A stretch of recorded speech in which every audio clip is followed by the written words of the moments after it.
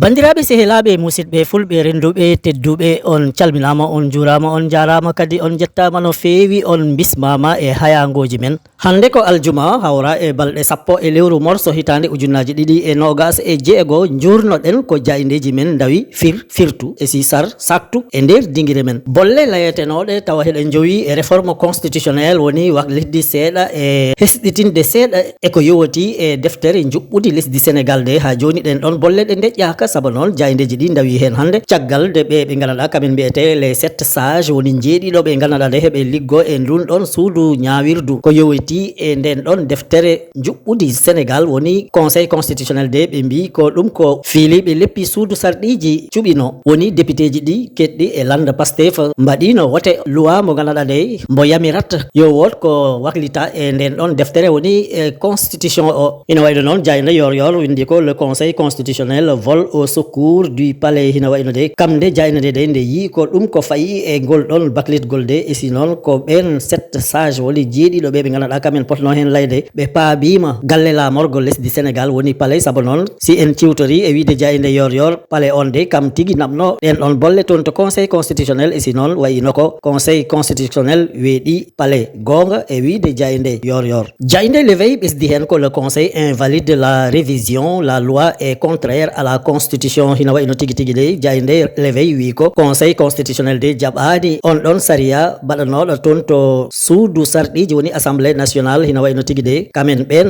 jillaɓe e conseil constitutionnel de ɓe mbi ko lawol dewangol ngol gam yidde waklit seeɗa e constitution men ɗum rewani lawol e sinon ɗum fewani ha taki jayde l'éveil ɓisdi hen ko Sonko prend acte Sonko kam wi nani ko conseil constitutionnel layi ko jayde ɓisdi hen ha joni Diomaye président crie victoire ɓe hetɓe e lande politique keɗɗo e Diomaye noon kamen kam aɓena luuka heɓe belto saabu ɓe mbi ɓe janama wune e si noon ɓe pooli sengo hetgo e lande Pastef ɓe ganduɗa kamen goni e lande APR ne kamen ne ɓe mbi ɓe beltima e ko conseil constitutionnel waɗi ko e wiide jayde l'éveil jayde le témoin quotidien kam ne arti hen ko yaaji saabu windi ko loi portant révision de la constitution les 7 sages freinent Sonko le rejet des amendements du gouvernement fatal à la majorité Pastef hino wayno de e saria o gimmiɗo toon to suudu sarɗiji tawa noon fandare mbo woni yo wot ko waklita e constitution men de jayde le témoin wi ko jeeɗiɗo ɓe ganduɗa kamen goni conseil constitutionnel de ɓe dartini Ousmane Sonko ha taki jayde de ɓisdi hen ko kala ko ganduɗa de ɓen fiiliɓe leppi suudu sarɗiji woni député ji de ɓe cuɓinoma ɗum woni wote o mbo ɓe mbaɗno toon to assemblée nationale gam yo wot ko waklita ɗum kam ɗum moƴƴani e mumen saabu conseil constitutionnel ƴetti foof weddi to jidde e wiide jayde le témoin quotidien jayde le parlement kam arti ko e o grève mawɗo mo ganduɗa homo nari wat hande e oɗo aljuma ha taki jayde le parlement windi ko défense des droits des travailleurs préservation des acquis syndicaux la grande grève du FSDT wadde wayino ko ngam daranade liggotoɓe e si noon daranade fotde ɓe ganduɗa kamen goni ɓe ganduɗa kamen liggoto e nder Sénégal e si noon ɗum ko ganduɗa ɓe eeli ɗum dañ ɗum ayne ɗum rene de wayino ko hande e oɗo aljuma grève mawɗo mambo wat e nder Sénégal tawa noon ko ɓe liggotoɓe e laamu e si noon liggotoɓe e nder Sénégal de kamen nari hof juuɗe mumen ɓe mbi ɓe liggota ko hande e oɗo aljuma saabu kala koɓe dañno hanke e heccanki ɗum kam ɗum fotta mofte hay goto wasa ɗum ittu e si noon si woodi ko ɓesda henne ɗum ɓesde e wiide jayde le parlement a joni ko yowati e on ɗon grève mo ganduɗa de liggotoɓe wonɓe e syndicat ji e nder Sénégal heɓe mo nari wat e oɗo aljuma o mo ganduɗa kam jogui hande jagorgal jowotingal e liggey woni Mamadou Lamine Diante de hino wayno yekkiti weduru gam hulɓinde ɓe ganduɗa kamen goni liggotoɓe ɓe e si noon amboni ɗumen fayna ha taki jayde Walf Quotidien windi ko grève des centrales syndicales aujourd'hui Diante brandit le bâton hino wayno tigui de hino wayno de o mo ganduɗa ka woni ministre de la fonction publique woni Mamadou Lamine Diante wi e nder jayde Walf Quotidien que une centrale syndicale ne peut pas déposer un préavis pour amener les gens en grève wi de ɗum ko ganduɗa kam ɗo woni centrale syndicat ji woni goomuji pottitinɗi syndicat ji e nder Sénégal de ɓe mbawa tintintal noko heɓe jaaha grève taka ɓe nodda fof en ɓe mbiya ɗumen wata hay goto liggo ɗum kam ɗum wona bolol jayde ɓisdi hen.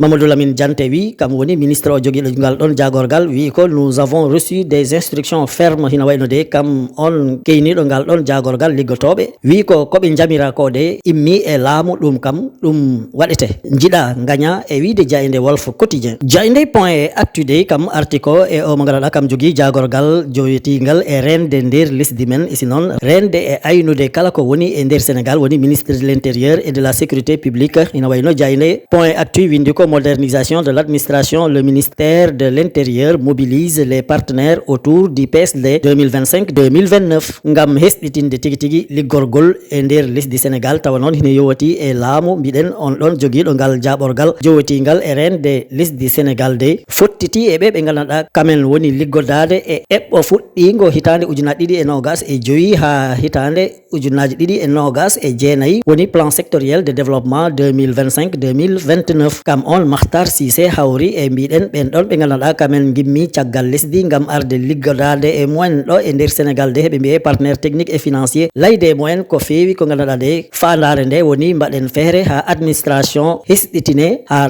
kala ko ɓiɗɗo Sénégal wawi hen fat daña ɗum no hannirta ni e wiide jayde point actu. Jayde libération article e cukalel ngel ganduɗa de hengel dañno duuɓi ɗiɗi hengel tawa hengel maayi toon to Kanel woto hen noon mo ganduɗa de omo jorɓa hondude hina wayno kam tigui junggo mum yaltani e ngel ɗon cukalel barangel toon to Kanel ha tagui jayde libération windi ko affaire de l'enfant de 2 ans retrouvé mort à Kanel H-Ly. L'enquête détaille une barbarie sans nom hina wayno noon o jorɓaɗo hen hondude kam de wiya tigi tigi de tefongo ƴeewango ƴewtade kam omo jilla e ko taki ko ngel ɗon cukalel hawre e laƴal ɗum noon tawa ko wargo musgo tigi tigi cukalel ngel ɗon wara tawa hengel dañi duuɓi ɗiɗi ngel ɗon cukalel barangel noon hina wayno inde mum fuɗɗori ko alkulal H e si noon li yetta hina wayno kam tigi de o barɗo ɗum hina wayno lelode mum fa hantini ɗeɗɗi ɗum ha ɗon tigi hawre e laƴal e wiide jayde libération. Gasnirten ko coftal ɓalli saabu Rewmi Quotidien Sport Plus windi ko équipe nationale du Sénégal la fédération sénégalaise de football veut sanctionner Pape Gueye hina wayno tigi tigi de siko en jurnima jayde Rewmi Quotidien Sport Plus de wi ko kippo lesdi Sénégal tawa noon ko baroɗe Sénégal goni hen de hina wayno gomu o mo ganduɗa kambo jogui tigi tigi fukko kosguel e nder Sénégal woni fédération sénégalaise de football de hina wayno